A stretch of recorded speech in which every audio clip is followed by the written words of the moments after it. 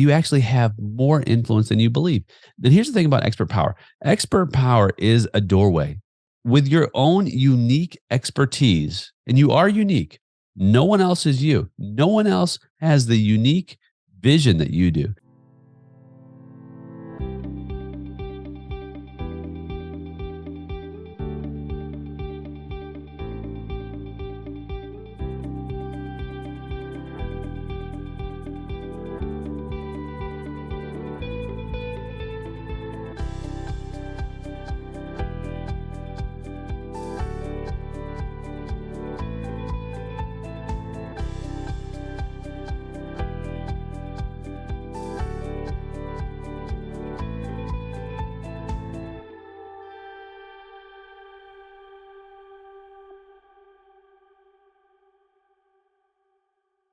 Hello, my friend, and welcome to this Friday episode of A Call to Leadership. I'm Dr. Nate Saul, your host.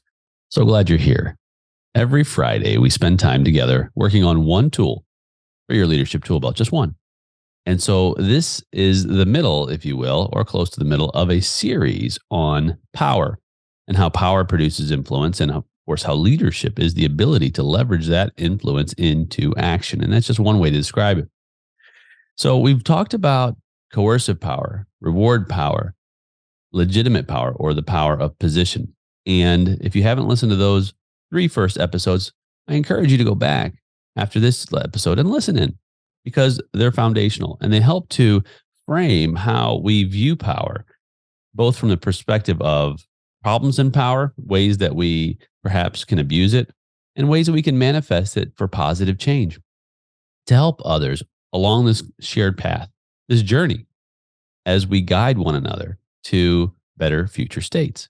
So here we are, and talking about the fourth method of power, and we're drawing on French and Raven's work back in the 1950s to start this foundational study, and then we'll talk more about other ones later.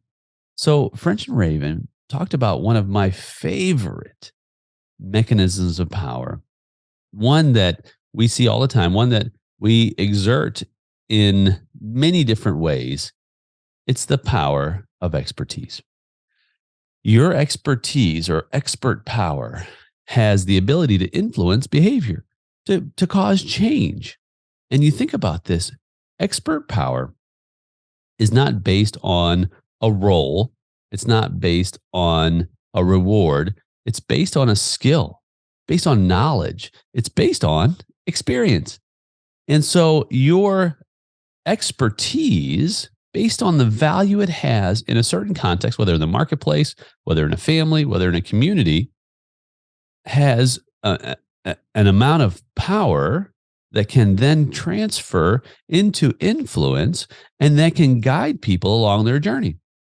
And so the greater level of perceived value of that expertise, the greater level of potential influence that you may have.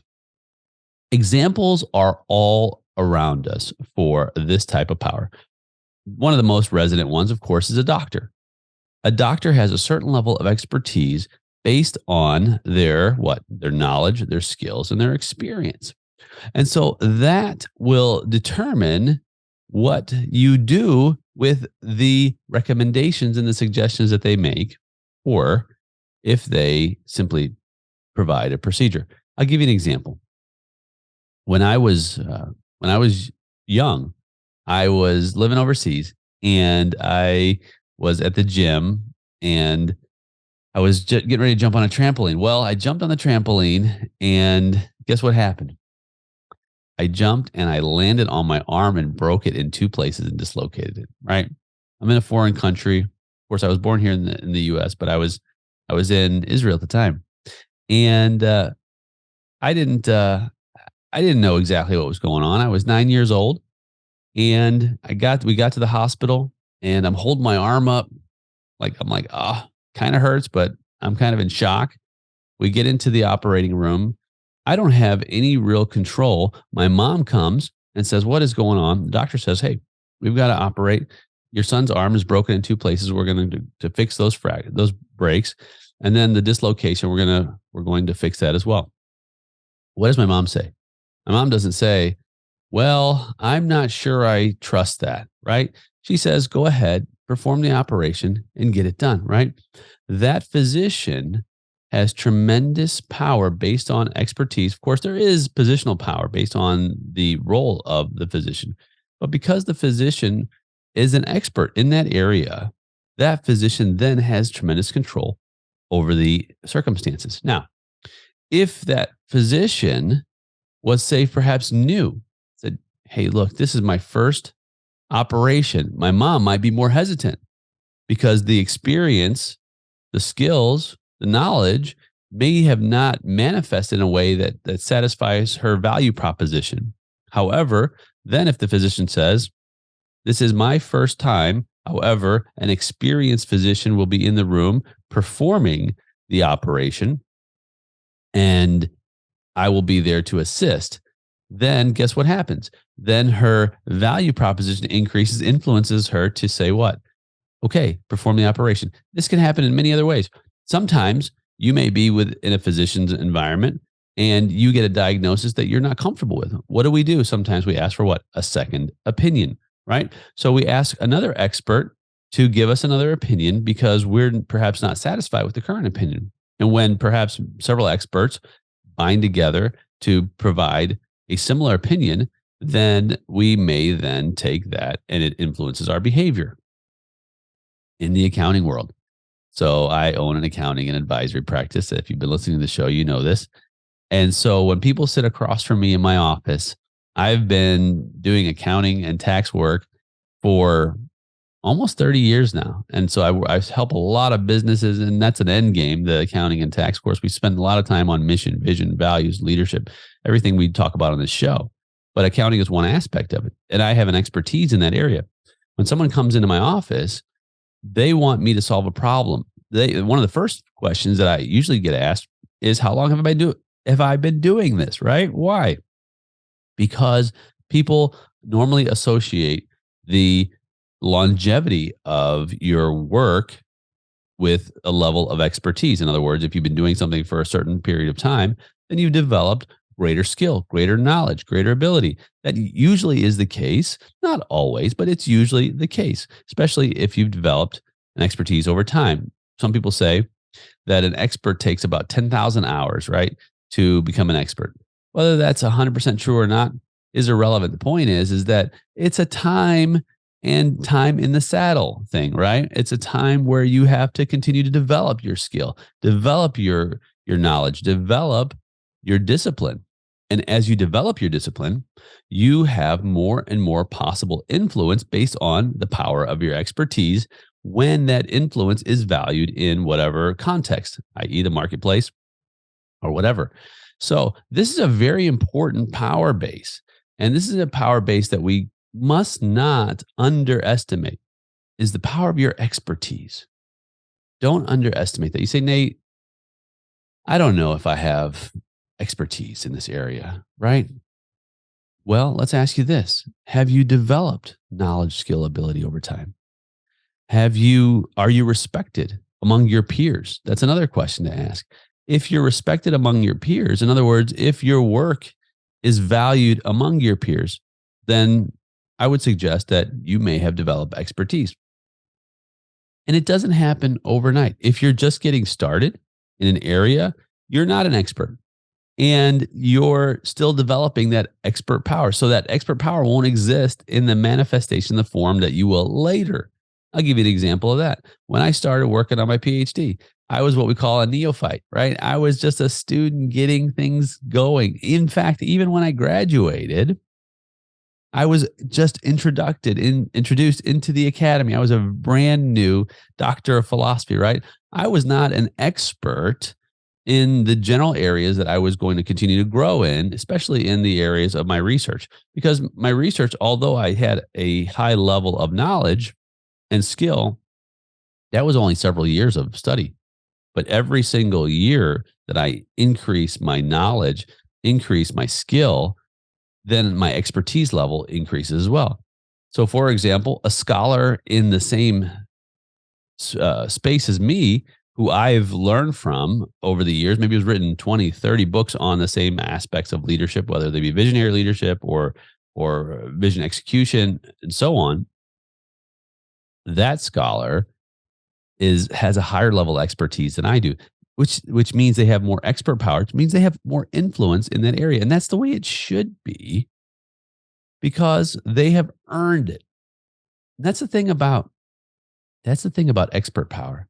Expert power requires you to earn it.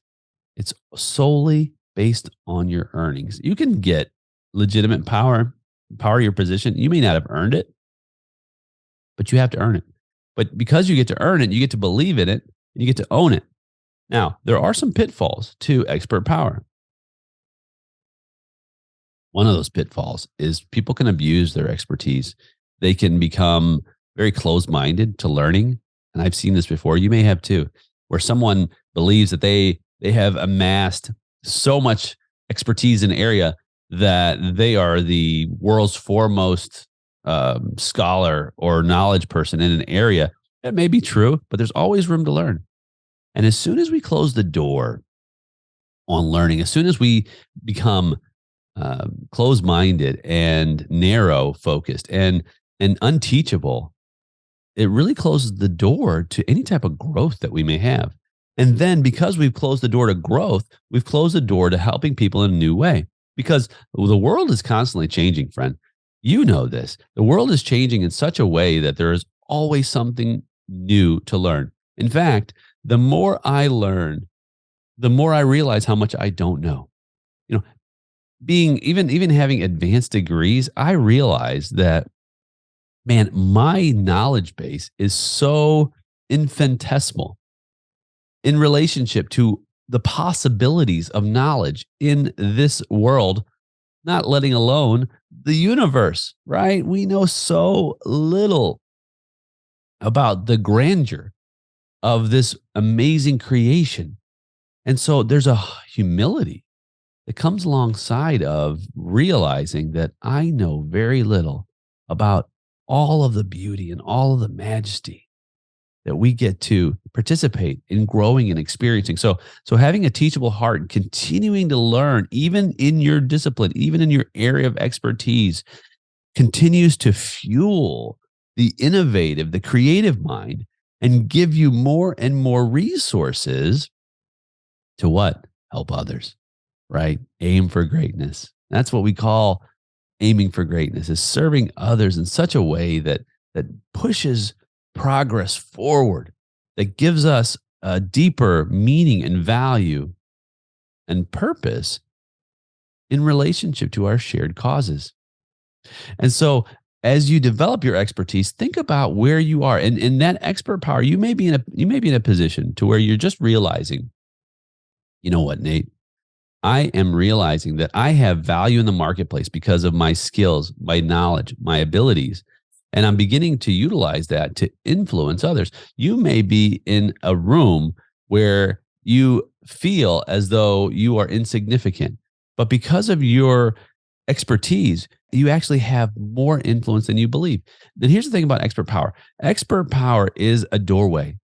You see, with your own unique expertise, and you are unique, no one else is you. No one else has the unique vision that you do. No one else has the unique abilities that you do. You have a very unique skill set because you are only one person, and every one person on this planet has a unique signature of how they view the world and how they move forward. So as leaders, as experts, because when you take someone along a journey as an expert to a better future state, to solve a current problem, to illuminate a present opportunity, what you're doing is you're saying this: I am providing you access through a doorway which you have no access through otherwise. You say, Nate, that seems a little arrogant to say that I'm the only one that can provide access to this pathway. Well, friend, it's true. And the reason why it's true is because no one takes anyone through the exact same journey in the exact same way. Now, there may be extreme similarities, but there are nuances that are unique to you. And so that isn't arrogance. That's simply saying, I have the expertise that can take you along this journey. I provide you access to a place you couldn't go otherwise. And so because of this, let's see if it's a best fit based on my unique value proposition as an expert in this area. and your desired destination. And so we illuminate the better future state. We share where we want to go, and based on our expertise, how we've gotten there before, how we've helped others get there before, and then invite people to join us alongside one another in this journey. That is one aspect of how we develop expert power. I'll give you another example of it. I just started reading a book by a gentleman named Alex Hermosi. And if you haven't heard of Alex, he's on YouTube. He's got some wonderful books he's written. And I just started reading one of his writings, which was recommended to me. And he's built 7-8 figure companies, and he has a high level expertise in scaling and building amazing organizations, right? And so as I'm listening to his story on Audible, he's sharing his expertise, his skills, his knowledge, his abilities, his fumbles, his foibles, his challenges, his missteps, right? By the way, expertise isn't always just grand slams every time, right? Expertise is, man, I have failed miserably and I've added these failures to my playbook. It's taught me how to pivot and grow and manifest new ways to achieve what I never thought possible in the first place. Even on the show, if you've been listening to the show, you hear me talk about, man, I have made some major blunders, whether it's near bankruptcy, having trouble in my marriage, with my raising a teenager, and so on and so forth, friendships, business, right? Life, my faith journey, you name it. I have missed the mark in certain places. Hey, when I'm a young man standing in front of a judge, like, judge, please don't lock me up. These are mistakes, major mistakes. However, those major mistakes are part of the shaping, part of the journey, and part of the development of expertise in an area. So embrace the experience, share the experience. I'm listening to this book, and he's talking about the mistakes he's made as he's built these companies, but he's also sharing, hey, look, I'm an expert in this area. I've developed these systems, developed these processes. I've developed people. I've developed organizations. I know what I'm talking about, right? Guess what happens? The trust level goes up because the expertise is demonstrated, which is of value to the reader because they have a desire to understand that.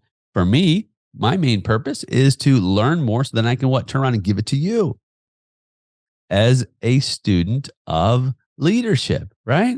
So there's tremendous value in understanding. First, know thyself. You've got to know who you are. You've got to know how you are of value. Don't hold back. Don't think for a moment that you don't have value somewhere. You say, Nate, I am not an expert in many areas. Develop it. Develop the expertise in an area that you find of value, that the marketplace finds of value. Own it, believe in it, and begin to work into that spirit and be patient. In this world today, man, we are so impatient, including myself, right? Instant gratification. I mean, we can have so much at the fingertips, right? If your website doesn't open up in a matter of 2 seconds, 3 seconds, people just close it down and start over, maybe a different website, right? We're so impatient with our time. Some things just take time. Expertise takes time to develop. And it is so worth it as you develop your expertise. Whether you are developing expertise as a neurosurgeon, whether you're developing expertise as a janitorial supervisor, whether you're developing expertise as an elementary school teacher or a dental hygienist or an architect, wherever you are developing your expertise, develop it in such a way that you find value in it, that you find purpose and meaning in it, and then that you can turn around and share that expertise in such a way that you understand the power of expertise when it's valued, and then manifest it to influence action to help people along their way. Well, my friend, that's a little bit about expert power. Add that one to your repertoire. Expert power is so valuable, so important. Make sure that you share your expertise with others. Make sure you believe in your expertise. Make sure you develop your expertise and live it.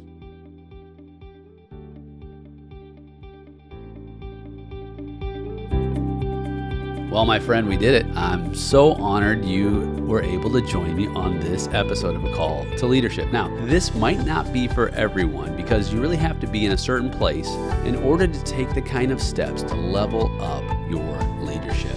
And I want you to be taking steps. If you feel like you're ready for something like this, you can go to our website, greatsummit.com. I'll make sure that's in the show notes. You and I will get to spend some time together and really focus on aiming for greatness.